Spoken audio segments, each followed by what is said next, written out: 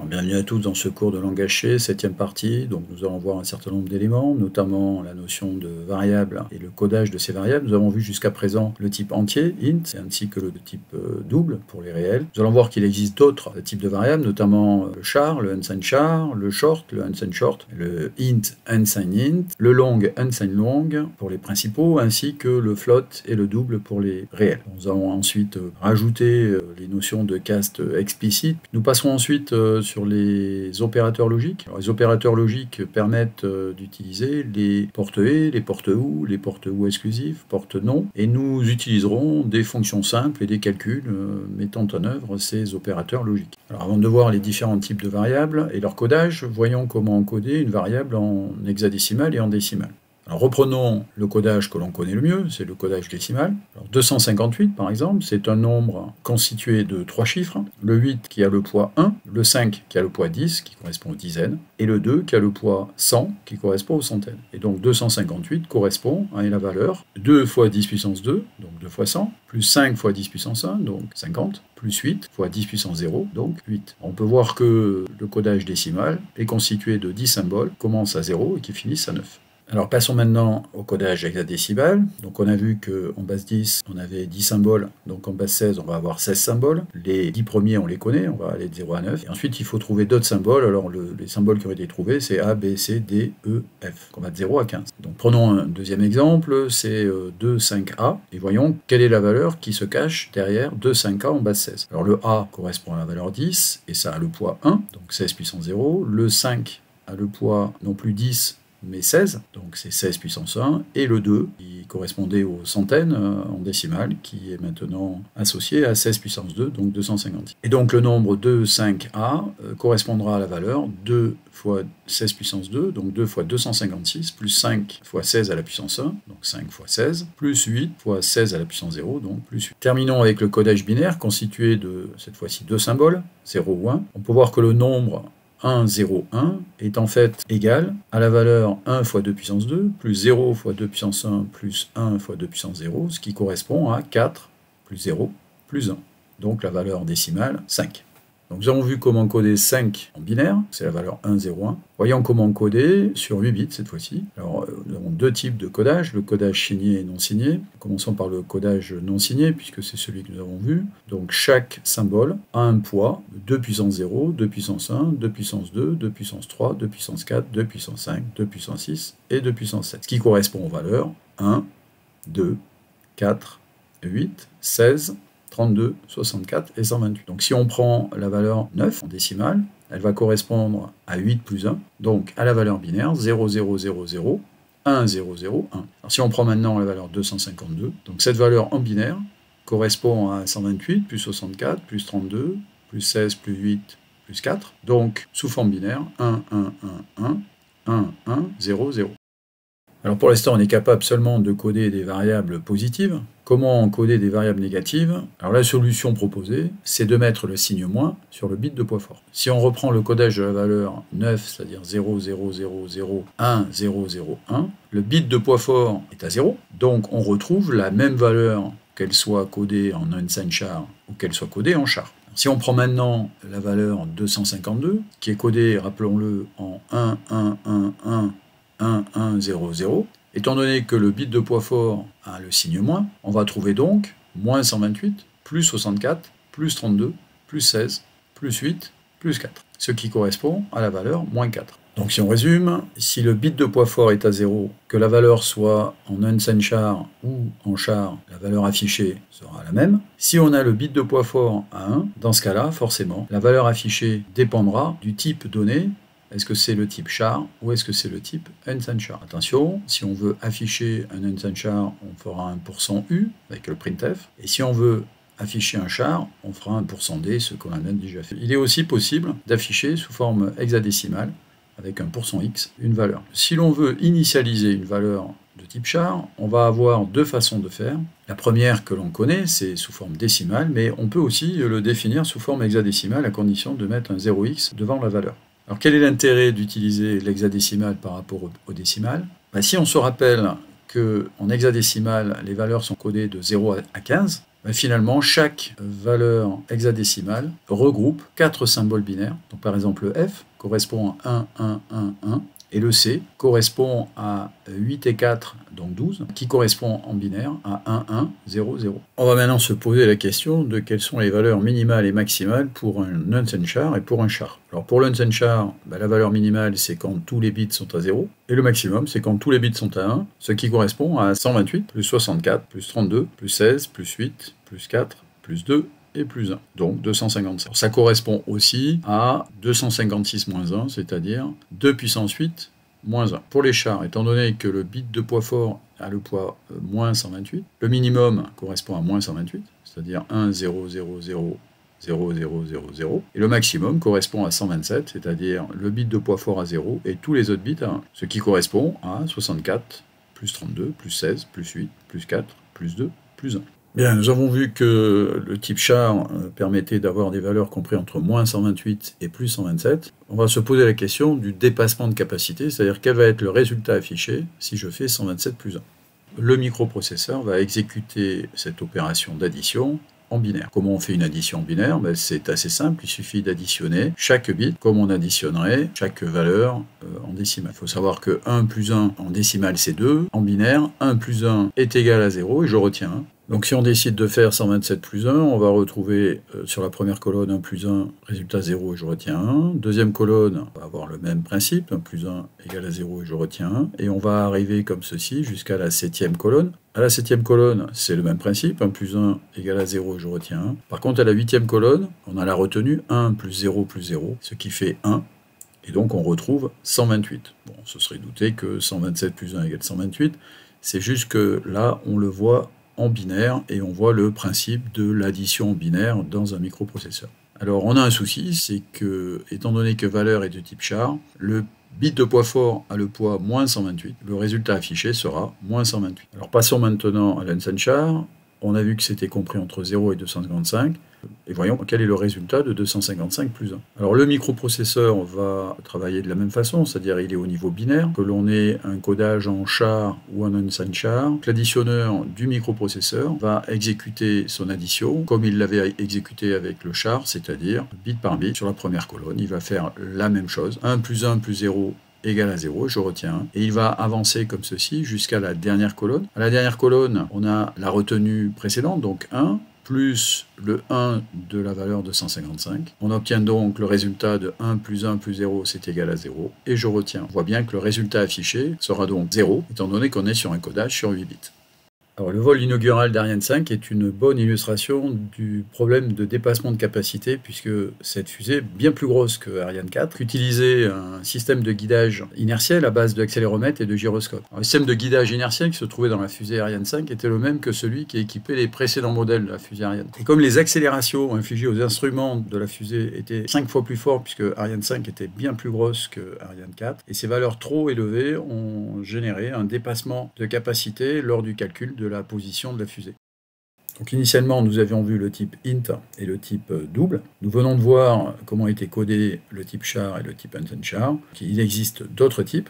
Le type short, Unsen short, qui est codé sur 16 bits, signé et en non signé. On a vu le type int, il existe le type Unsen int sur 32 bits. Le type long, Unsen long, qui lui aussi est sur 32 bits. Alors on verra que ça c'est pour Windows, mais sous Linux c'est différent. Donc ça, c'est pour les principaux types codage d'entier. Et nous avons évidemment le type double est codé sur 64 bits. Ce n'est pas du tout le même type de codage que le codage entier. Et le type float qui, lui, est codé sur 32 bits. Nous reviendrons sur ces deux types un peu plus tard. Alors nous avons vu que sous Windows, le type long était codé sur 32 bits, que ce soit sur un CPU 32 bits ou un CPU 64 bits. Alors nous verrons un peu plus tard que sous Linux, puisque Python-Tutor utilise Linux, un long peut avoir soit une taille de 32 bits, si le CPU qui l'héberge est un CPU 32 bits, mais comme la plupart des CPU sont maintenant 64 bits, le long sous Linux aura une taille de 64 bits.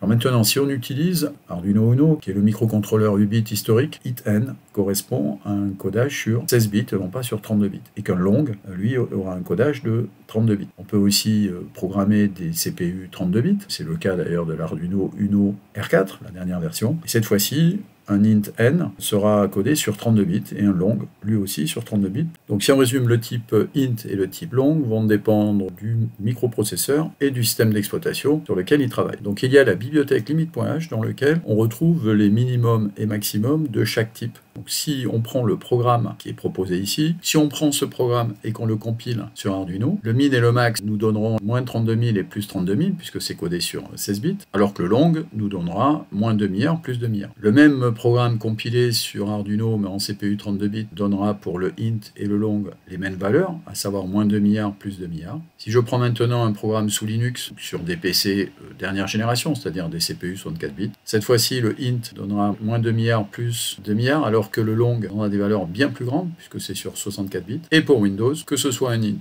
ou que ce soit un long, on aura moins demi-heure plus demi-heure dans tous les cas. Donc face à ce problème de portabilité, en 1999 est introduit la bibliothèque stdin.h. Dans cette bibliothèque stdin.h, on peut retrouver le mot-clé typedef qui redéfinit un type, donc avec les types int8t, int16t, int32t, int64t. Ça, c'est pour les types signés, et pour les types non signés, le U devant. En fonction du microprocesseur, le fichier stdin.h va changer. Si on est sur un Arduino 8 bits type int32t sera de type long, et int64t sera de type long. Si on est sur Windows, cette fois-ci, le int32t sera de type int, et le int64t sera de type long. Le stdin.h étant différent en fonction des machines, les types définis dans stdin.h seront toujours identiques, quelle que soit la machine. Prenons un programme simple utilisant limit.h, dans lequel on définit la variable valeur UL, qui est de type unsigned long, qui est égale au maximum, donc ulongmax, fait la même chose pour valeur L, de type long, qui est donc égale à longmax. On ajoute plus 1, qui veut dire qu'on devrait avoir un dépassement de capacité, et le programme affiche le résultat. La compilation de ce programme sur Python-Tutor, à savoir donc un système sous Linux, avec un microprocesseur 64 bits, on voit que la valeur de l'unsigned long, donc ulongmax, est sur 20 chiffres. Évidemment, si on fait plus 1, le résultat c'est 0. Ce programme compilé sous Windows, que ce soit sur CodeBlock ou Visual Studio, va nous amener à un unsigned long qui aura la valeur de 4 milliards et quelques, donc plus 1, on retrouvera 0. On retrouve les mêmes principes du dépassement de capacité qu'on avait vu avec le char et le unsigned char, sauf que cette fois-ci, on a rajouté le problème de la portabilité.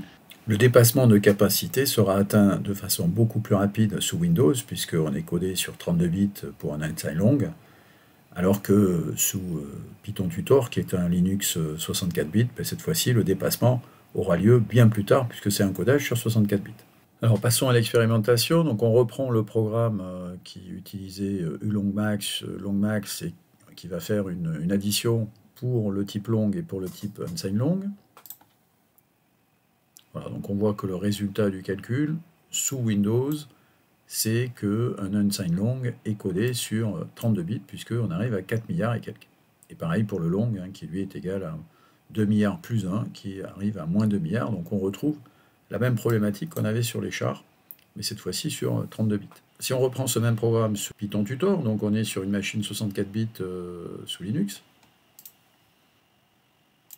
on peut voir le résultat qui est un résultat beaucoup plus grand, puisqu'on est codé sur, cette fois-ci, 64 bits comme on l'a vu. Alors modifions le code pour que, quel que soit le type de machine, on n'ait pas ces problèmes de portabilité. Alors on peut voir que si on appuie sur CTRL, stdint, on retrouve les types def avec les nouveaux types définis. On va utiliser ça en fait, donc on va plutôt partir sur non plus un unsigned long, mais un uint64t et un int 64t. Donc on va utiliser cette fois-ci non plus ulongmax mais uint64max qui est défini dans stdi.h. Donc on n'a plus besoin d'ailleurs de limit.h puisque tout est défini dans stdi.h. On va aussi retrouver le max en int64max. Alors comme on a enlevé limit.h, ulongmax n'existe plus, donc on le remplace évidemment. Alors si on lance le programme, voilà, on a un problème quand même d'affichage. Alors pourquoi ce problème d'affichage? En fait en mémoire on est bon. Alors si on voulait voir si on veut voir si on est bon en mémoire, il suffit de lancer le débugger, voir que UL est bien égal à 0. Et voir que valeur L est bien égale à 0x80, enfin 8000, donc c'est-à-dire avec dépassement. Donc on va faire un point d'arrêt, on va lancer un point d'arrêt ici. On voit que UL est égal à FFFFF, donc qui correspond à que des 1 sur 64 bits. On se met en mode pas à pas. UL est maintenant égal à 0, donc ça a fonctionné. On continue en mode pas à pas. On voit que valeur L a son dernier bit à 1 qui correspond à la valeur négative, donc le max plus 1 qui passe à moins max sur 64 bits. Alors le problème vient de l'affichage, c'est-à-dire que là on est en train de faire un affichage sur 32 bits pour des variables sur 64 bits. Alors la solution, donc là on arrête ici le débugger, la solution est simple, il suffit de venir afficher avec l'option LLD, c'est-à-dire un affichage sur 64 bits. Et cette fois-ci, alors on enlève le point d'arrêt, continuer, et on retrouve le bon résultat. Si je reprends ce programme et que je lance, on retrouve le même résultat, à savoir le résultat sur 64 bits. C'était déjà le cas, sauf que cette fois-ci, mon programme est fonctionnel sous Linux et sous Windows. J'ai pu définir le type des variables, quelle que soit la machine. Donc un petit rappel sur les opérateurs logiques binaires, donc le OU. Alors pour que S soit à 1, il suffit d'avoir ou A ou B à 1. Pour la fonction E, la fonction E, S sera à 1 seulement si A et B sont à 1. Le OU exclusif, S sera égal à 1 si A et B sont différents, A égale à 0, B égale à 1, ou B égale à 0 et A égale à 1. Et la fonction note qui est une inversion de l'entrée. Alors on a vu qu'un microprocesseur travaillait sur au minimum 8 bits, 16, 32 ou 64 bits, ça dépendait en C du type sur lequel on travaillait. Prenons le type char par exemple, ou Unsen char, c'est-à-dire le type sur 8 bits. Le E va s'appliquer, donc si on prend le E logique, le E va s'appliquer sur les 8 bits. Nous avons 8 portes logiques qui vont travailler sur chacun des bits. Donc le bit de poids faible, 2 puissance 0, jusqu'au bit de poids fort, 2 puissance 7. Alors 143 est décomposable en 128, plus 8, plus 4, plus 2, plus 1. 138 est décomposable en 128, plus 8, plus 2, donc 128 plus 10. Si on fait un et entre chaque bit, on va avoir 1 et 0 égale à 0, 1 et 1 égale 1, 1 et 0 égale à 0, 1 et 1 égale 1, 0 et 0 égale à 0, et ça 3 fois, 1 et 1 égale 1. Et donc on retrouve 143 et 138, on retrouve la valeur 138 pour le résultat. Pour le OU, 143 ou 138 est égal à 143. Cette fois-ci, il faut avoir 0 ou 0 pour avoir 0. Dans tous les autres cas, 1 ou 0, 0 ou 1, 1 ou 1, on a un 1, donc effectivement 143 ou 138 sont bien égales à 143. Pour le OU exclusif, on va donc appliquer bit à bit 1 OU exclusif 0, ça fait 1 OU exclusif 1 égale à 0, et donc on va appliquer ça sur chacun des bits, sachant qu'il faut que les deux bits soient différents pour avoir la sortie à 1, ce qui correspond à la valeur finale 5. Alors pour la valeur 143 inversée, c'est-à-dire 8 portes non, l'inverse de 143 va nous donner 112, c'est-à-dire 64 plus 32 plus 16.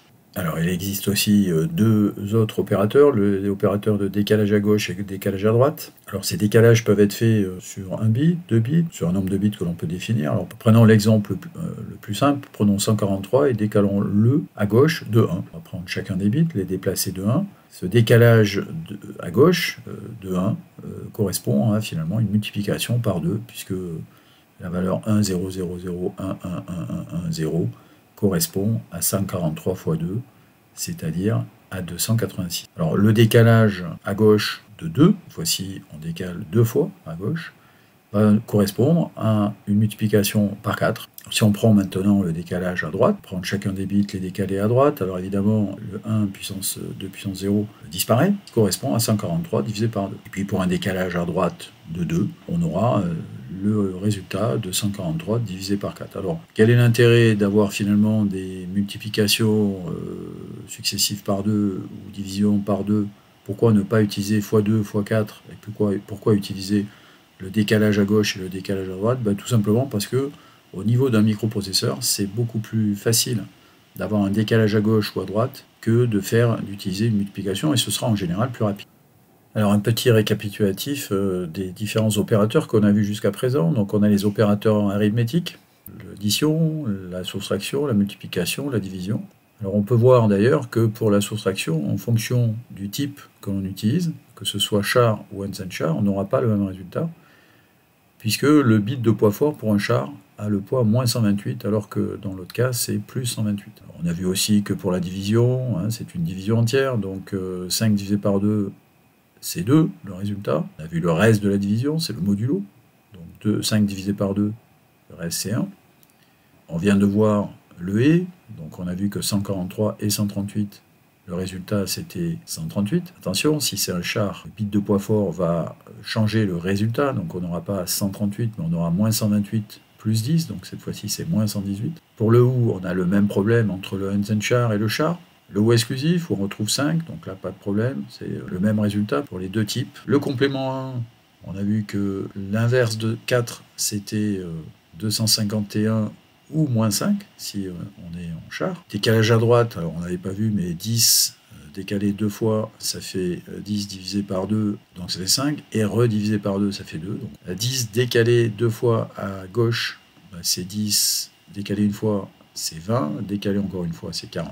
On a vu le type comparaison, donc 3 inférieur à 4, c'est vrai. Donc dans toute la partie en vert, que ce soit les opérateurs de comparaison ou les opérateurs logiques, on va retrouver une valeur qui est forcément soit 0, soit 1. 1 si le résultat est vrai, et 0 si le résultat est faux. Donc par exemple, 2 égale 3, le résultat c'est faux, donc la valeur est égale à 0. Le différent qui est égal à 1 ici, double et, non pas le et qui est l'opérateur de manipulation de bits, cette fois-ci c'est un opérateur booléen, c'est vrai ou c'est faux. Donc 2 inférieur ou égal à 3 c'est vrai, 3 inférieur ou égal à 5 c'est vrai, donc comme on est sur le et, donc le résultat est vrai. Pour le ou, 2 inférieur à 3 c'est vrai, ou 6 inférieur à 5 c'est faux, mais comme c'est le ou, il suffit que un des deux éléments soit 1 pour que ce soit vrai, donc c'est vrai.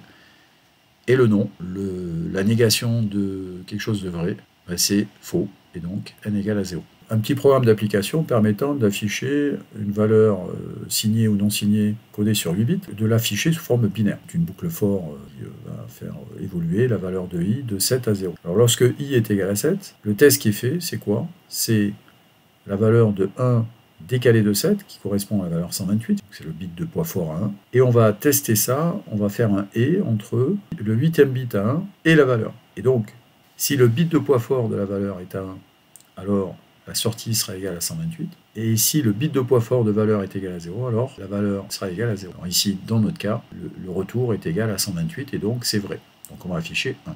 I va être décrémenté, donc I égale à 6. Donc cette fois-ci, on vient tester 1 décalé de 6, donc c'est le bit avec le poids 6, et on va tester le 6e bit. Donc si ce 6e bit est à 1, on affichera 1, et sinon on affichera 0. Et on va continuer ainsi, donc ça c'est pour le bit i égale à 5, donc cette fois-ci on teste le 5e bit. On teste le 4e bit qui est toujours égal à 1, puisque là finalement avec notre valeur fc, on n'a que des 1, même pour la valeur i égale 3. Pour la valeur i égale 2, si le bit de poids 2 est à 1, la valeur en sortie sera égale à 4, sinon égale à 0, donc dans notre cas elle est égale à 4. On vient tester ensuite le bit de poids 1, alors cette fois-ci dans valeur, la valeur est égale à 0, donc le résultat est égal à 0. Et on vient tester le dernier bit. Dans notre exemple, on vient tester chaque bit de notre valeur en partant du bit de poids 7 jusqu'au bit de poids 0. Passons maintenant au codage des flottants. Un float est codé sur 32 bits. Donc le format de codage d'un float, c'est d'abord le signe, puis l'exposant, et enfin la mantis. Alors la mantis, c'est un nombre compris entre 1 et 2. L'exposant peut aller de 2 puissance moins 126 à 2 puissance plus 127. Alors voyons quelques exemples. Donc le bit de signe tout d'abord. Donc si je le mets à 1, correspond à ce bit-là. Je vais avoir moins 6. Donc là on n'est pas sur des nombres signés, mais avec un codage, avec un bit qui permet de dire c'est le signe plus ou le signe moins. Alors revenons sur un exposant qui est égal à 127 et qui correspond, puisqu'il y a un biais, à la valeur 0, puisque c'est 127 moins 127. Alors cette valeur-là, qui est égale à donc 2 puissance 0, on a la mantis, donc on retrouve 1, avec le signe moins 1 si l'on veut. Le premier bit de la mantis, c'est la valeur 0,5, c'est 2 puissance moins 2. Le deuxième bit, c'est 2 puissance moins 3, donc 0,25, puis 0,125, etc., etc. Alors on peut voir qu'on peut aller jusqu'à 1,9999. Si on veut aller à 2,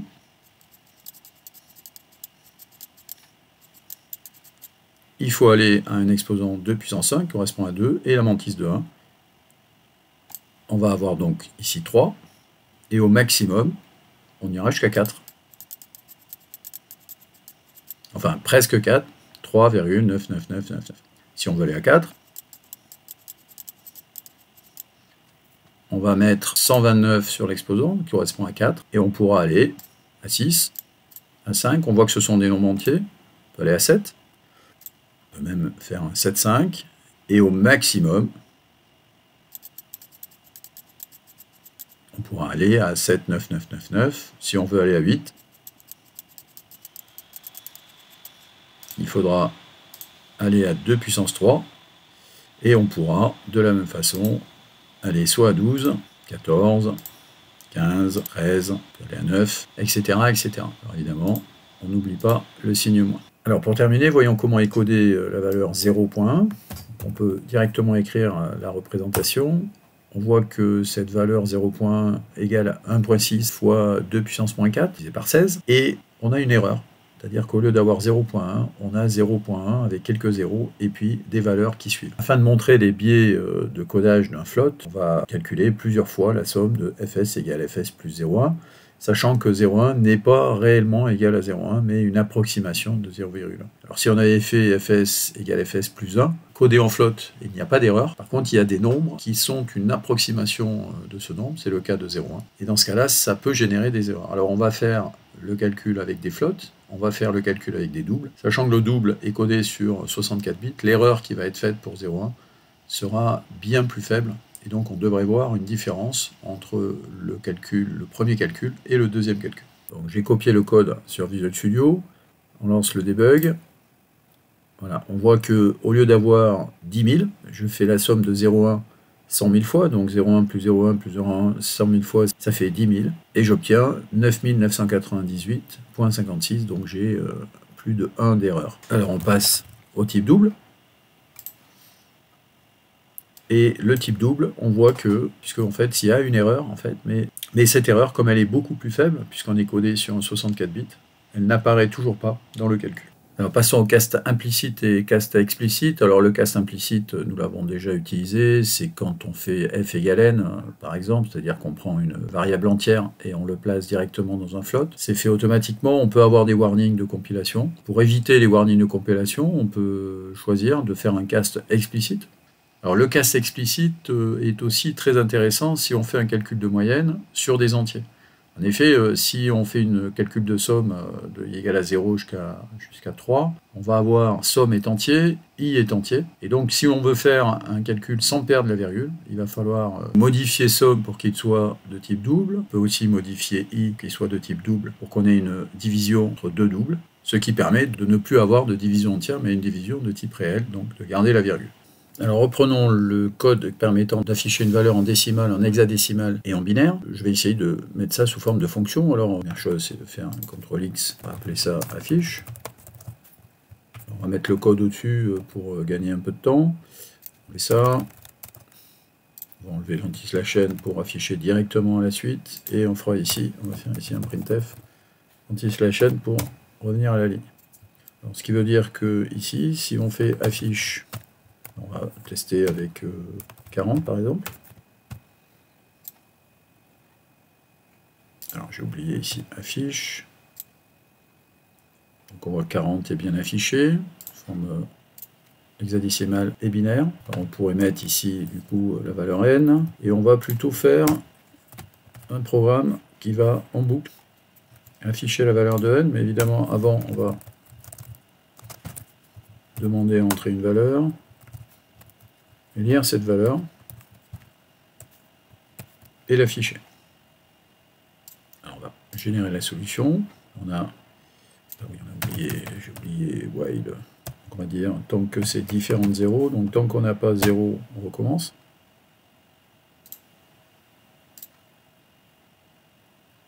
Alors on voit qu'on a quand même une petite erreur ici. Voilà, il me dit que %d c'est pour un int, alors que n est de type unchar. Alors comment on peut faire? Alors il me dit qu'il faut utiliser %HHD. Alors effectivement,